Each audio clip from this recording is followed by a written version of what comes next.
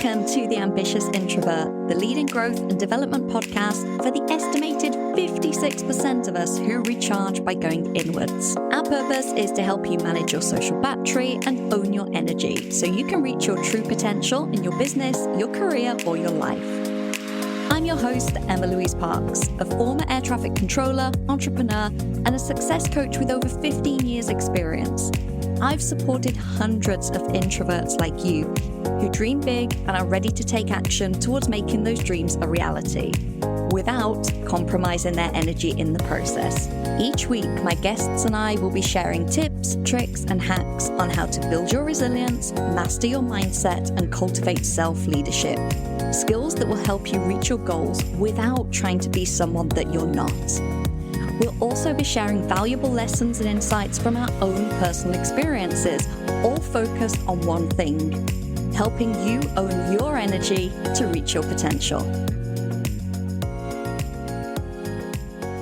Hello, welcome back to the Ambitious Introvert podcast with me, Emma-Louise.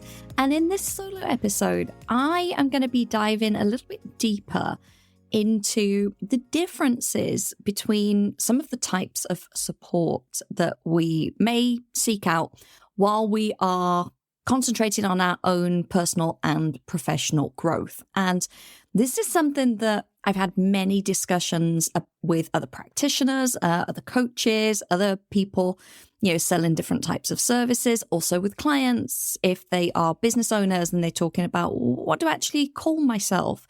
And there can be some crossover between some of these terms, but equally, they all have their own distinct meaning. And I think this can be super important to break down and understand for a number of reasons. The first one and the main one being that if you are looking for support, that you are getting the right kind of support.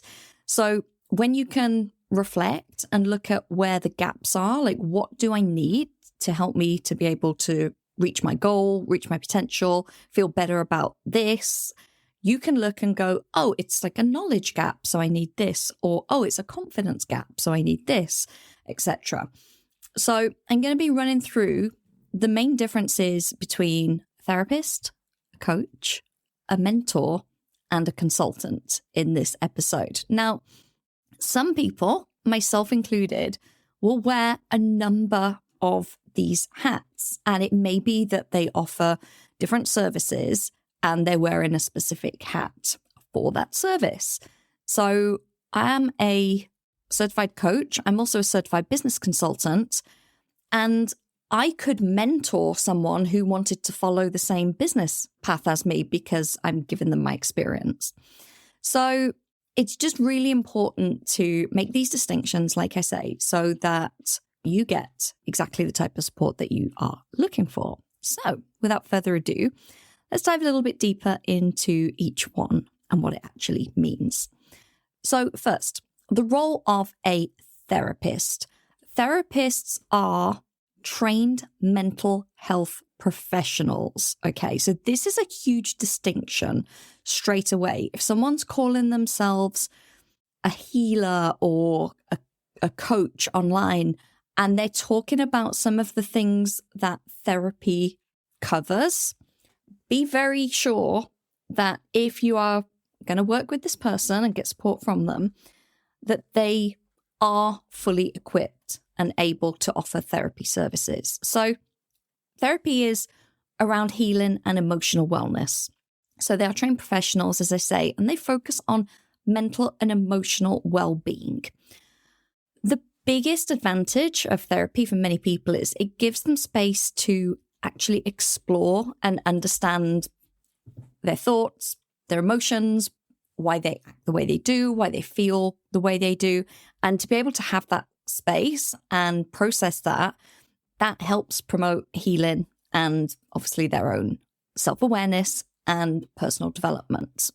And what I will say here is I think now exclusively every one of my private clients also has a therapist.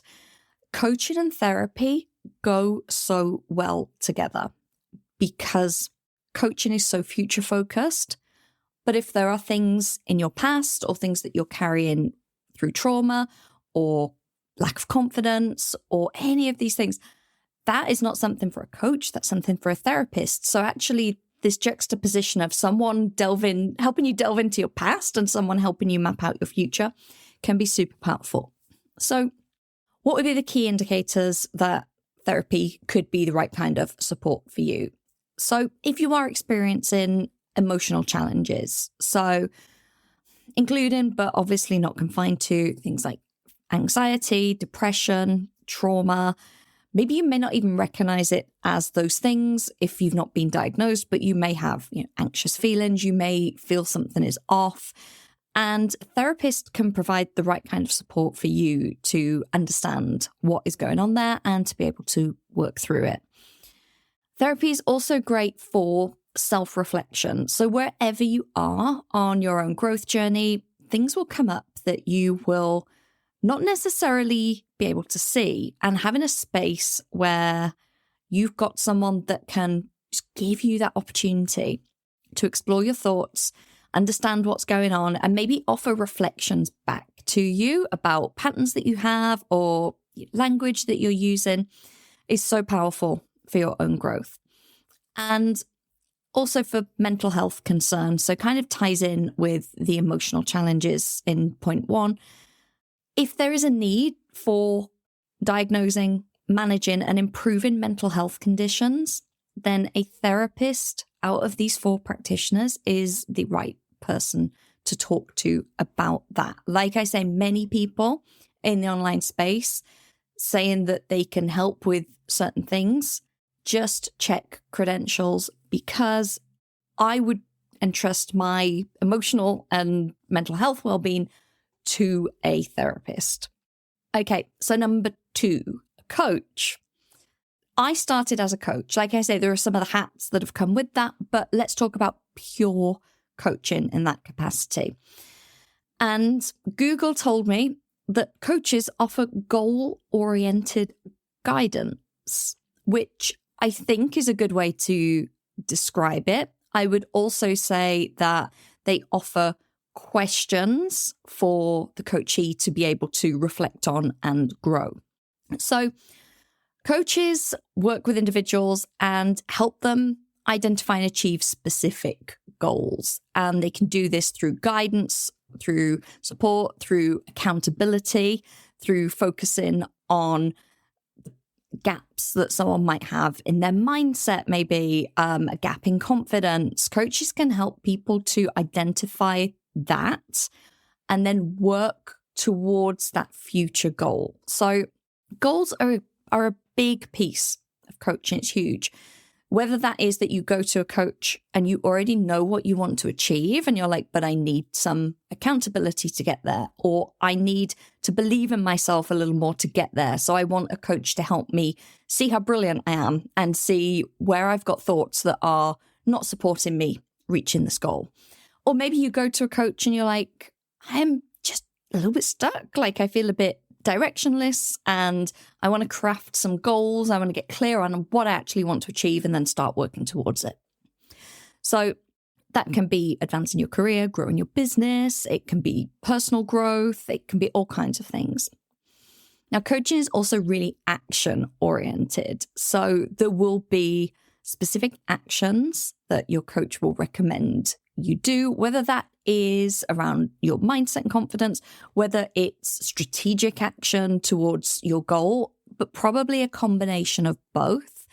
Because when they get to know you and they can see where these gaps are and then help you to strengthen those areas, it's quite often a little bit of both. So it will be very action oriented, whereas therapy can just be a safe space and what may not necessarily be anything to do in between sessions. And then the last one, and this is an interesting one, is accountability. So if someone needs to be held accountable for their actions and commitments to help them reach their goal, then great. I would say in long-term coaching relationships, the focus is actually shifting from accountability so that the coachee becomes accountable to themselves. But yes, in the early days, when something is new, they're taking actions that are unfamiliar, getting outside of their comfort zone, and quite often just making the investment in a coach kind of puts skin in the game for people. So they're like, well, oh my gosh, I'm spending this money, I'm dedicating, an hour a week on the session or whatever the thing is, like I am definitely showing up and doing this. So it quite often promotes some self-accountability anyway. But in the early days, really great if a coach can say, right, do this X times a week, or go and do this task, and then let me know how it goes, because there's an accountability there to motivate the person to take action. As I say, in long-term coaching relationship, probably a little bit less about accountability, because the person hopefully grows in confidence, grows in motivation, grows in their own self-leadership. And so they are able to take those actions themselves. Okay, number 3, another hat that I wear on occasion is mentor. And mentorship is guidance based on the mentor's personal experience. And for this to be effective, it's much better if the person you choose as your mentor is someone that has walked a path very, very similar to what you want to do and achieved what you want to achieve. So mentors offer guidance and advice, and it's based on their own experiences. So maybe it's based on their own life or their own career experience or their own journey of growing a business. So they can offer a really valuable perspective because they're X number of steps ahead of you. So that can really help with long-term development. Now, the important thing to know about mentor is they're essentially sharing their wisdom. They're sharing what they learned on their journey and what worked for them and what didn't. But that's not always exactly what the mentee needs. It can be so valuable, and it's really great for the energy and the mindset around achieving something if you're in contact and working with someone that is where you want to be. That is hugely expansive and, really, really great in and of itself. But as I say, sometimes people get led down a road with a mentor where they're doing exactly what that person did, and that might not be fully aligned for their journey. So the important thing to remember is taking what you need and what feels good and right and is useful, but not feeling like, oh, I have to hit all of these steps and I have to do it, at the same time that my mentor did, or I'll never be successful. It really is about taking the bits that resonate. So mentors, super helpful for career and business development. So if it's about making choices for the career that you want, if it's about skill development within your role or understanding more about the professional landscape, maybe for business, it is, okay, this person that has a business and it's really, really similar to the business I would like to have in a year, 2 years, 3 years. So if I can get that person to mentor me, they'll be able to share their wisdom and kind of give a few shortcuts. So it's super helpful like that. In my own capacity as a mentor, it's obviously around business. So when I have had clients who are business owners, maybe they have said, oh, I am thinking about using this marketing channel. Do you have any experience with it? And I've been able to say, yep, I had this experience, this is what happened, and it was really good because of this, or didn't work out because of this. And then I've been able to share some wisdom based on my experience in 30 seconds that may have taken me 6 months to learn and probably a lot of hours and investment. And then that person has that information and they're like, oh, great. They can make a decision then based on that. So in that way, mentorship can be super helpful. Mentors also really great for long-term planning and looking to the kind of further future, let's say, and also getting that sustained support and guidance over an extended period of time. Say your mentor is a couple of years ahead of you and you want to get to where they are. That's really helpful because you can build a very solid relationship. They can get to know you and understand you. You can see where they've gotten to and also where they've been since. And you know that you have a good period of time. It's not like you work with that person for 3 months and then they're doing something different and it's not relevant. So for the long term and for long-term support, which is often really, really helpful for introverts, mentors are great. And mentors are also really good for networking. So if, whether in your career or your business, you're looking to expand your network, you will benefit from your mentor's connections as well, because they will know people that are relevant. They could maybe introduce you. Maybe there's someone that they connected with on their way up, and they're like, oh, this would be a great person for you to talk to, or, this person has this really great skill that could help you. So you're essentially tapping into a mentor's network as well. So mentorship, much more experience-based, and it will be through the lens and through the filter of the person mentoring. And the mentee just, as I say, needs to remember that it's not always the exact path to take, but you can get so much from that person. Okay, and then lastly, a consultant. And we see this more in the business world, I would say, than maybe individuals in their own personal growth. Although I'm sure there are examples of where they may hire a consultant, and I will think of them while I'm talking. However, a consultant has specialized expertise, and you are paying for that either expertise in form of knowledge or in the form of implementation. Okay. So consultants are experts in a specific field, and they give you advice and solutions.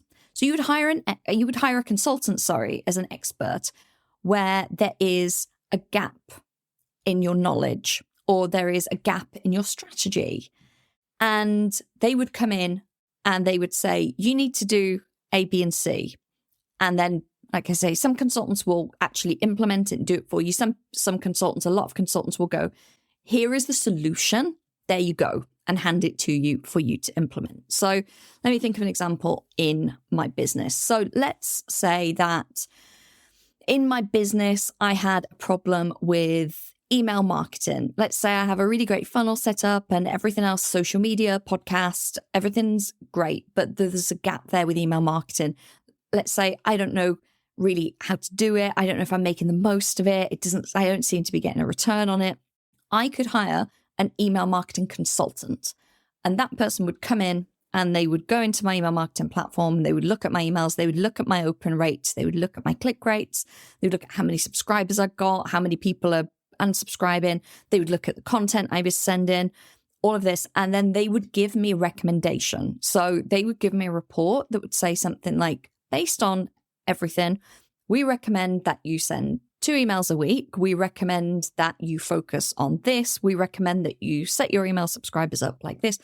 That is what a consultant would do. And potentially they would, for an extra fee, they may do it for me. So very, very different to, say, a mentor, because this person probably has nothing else in common with you. They would not have a similar path to you. They have not achieved something that you're looking to achieve, but they have a very specific skill set and knowledge and expertise in that area that is really, really valuable. So when would you need a consultant? Like I say, when there's need for expert advice to address a particular issue or overcome a specific challenge. So in more of a personal capacity, this could be something like, I am hiring a nutritionist to make me a 30-day meal plan, because that person has the expertise of how many calories you need and how much fat and, how many carbs and all of that. So they could create that and give it to you. That would be a consultant. That would be a consultation, and there you go. There is your answer. So very different to a mentor who would say, oh, this is what I ate. So there you go. I can tell you that. A coach would be like, okay, what do you want to achieve? Oh, you want to achieve eating healthily. So tell me the steps you think you need to take right now. What can you do right now to be able to eat more healthily? Because it's much more focused on the goal rather than the process. And if you had maybe disordered eating, or you were suffering from emotional eating, that would be when you would talk to a therapist. So there you go. Just off the top of my head, there's an example. So with the consultant, they would deliver you a solution, and it's up to you to follow it. Now, consultant solutions are not like mentorship, where you kind of pick and take the bits that feel right. Generally, they have to be implemented as is. And because we're often hiring a consultant because they have knowledge that we don't, that's really the most effective way to do it. And then in a business sense, consultants are really helpful with project-based work. So let's say I was setting up something tech-wise in my business. And again, I had a big gap and I just didn't understand how to do something like set up Google Ads. I could get a consultant who said, this is what you do. You follow these steps and then, it will be done. I go, great. So if within that project we needed Google Ads, I could get a consultant for that. And in a similar manner, it's if there is a gap in skills or knowledge from a business point of view, that's how I look at it. If I don't know how to do something within my business and it doesn't affect, it's not something that I'm looking to do day to day. So basically, it's not coaching clients. It's not mentoring clients. It's not recording the podcast. It's not doing workshops and speaking at companies. If it is a skill that's more behind the scenes, probably for me, like I say, tech or finance or something like that, and I don't have that skill, I'm probably at this stage of my business not going to learn it because it doesn't make sense for me to go learn something and then be implementing it when I could be doing my primary role. So I'm more likely to go to a consultant to say, can you do this? Or can you show us how to do this? And I can get someone else on the team to do it. So very condensed, I know. But I just wanted to give this brief overview because, like I say, I think these terms get interchanged quite a lot. And sometimes they absolutely can and should be, because it's really valuable to have someone that can wear a couple of these hats. But they have to be very, very clear on which hat they're wearing at the time to make sure that you understand your own responsibility with the information that you are being given. So if you are looking for support, I encourage you to save this episode and maybe listen again and think about, where is the gap for you? What is the skill? What emotional well-being maybe do you need to look at? Is it a lack of goals? Is it a lack of an action plan? Is it a lack of wisdom from someone who's already done what you're looking to do? Or is it that skills and knowledge gap that you actually need a specialist to come in and plug? Thank you for tuning in. This one was fun. I hope you enjoyed it as much as I enjoyed mapping it out because, like I say, it's a discussion I've had many times with people. So I would love to know. It's always great to hear from listeners. Please feel free to reach out. hello@theambitiousintrovert.com. What did you think of this episode? What have you got that you can take away from it and utilize yourself? And of course, if there are any subjects that you would like me to cover in future episodes, just let me know and I will add them to the list. So for now, thanks for tuning in and I will see you next week. Thank you for tuning into this week's episode. I hope that you're feeling expanded to what's possible for you, motivated to take action, and inspired about how you can start to own your energy. I share even more tools and resources on my Introverts Only email newsletter. By signing up, you not only get early access to the Ambitious Introvert products and services, but you also get brand new podcast episodes delivered straight to your inbox every Monday, meaning you'll never miss your weekly dose of introvert-friendly inspiration. Sign up now at theambitiousintrovert.com/newsletter or click the link in the show notes. See you next week.